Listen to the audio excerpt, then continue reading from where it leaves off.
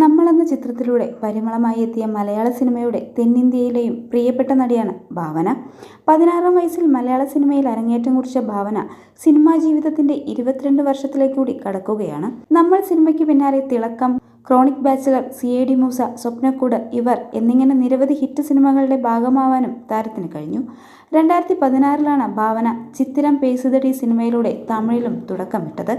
പിന്നീട് തെലുങ്ക്, കന്നഡ സിനിമകളിലും സൂപ്പർ താരങ്ങളുടെ നായികയായി ഭാവന കരിയർ ഗ്രാഫ് ഉയർന്നു.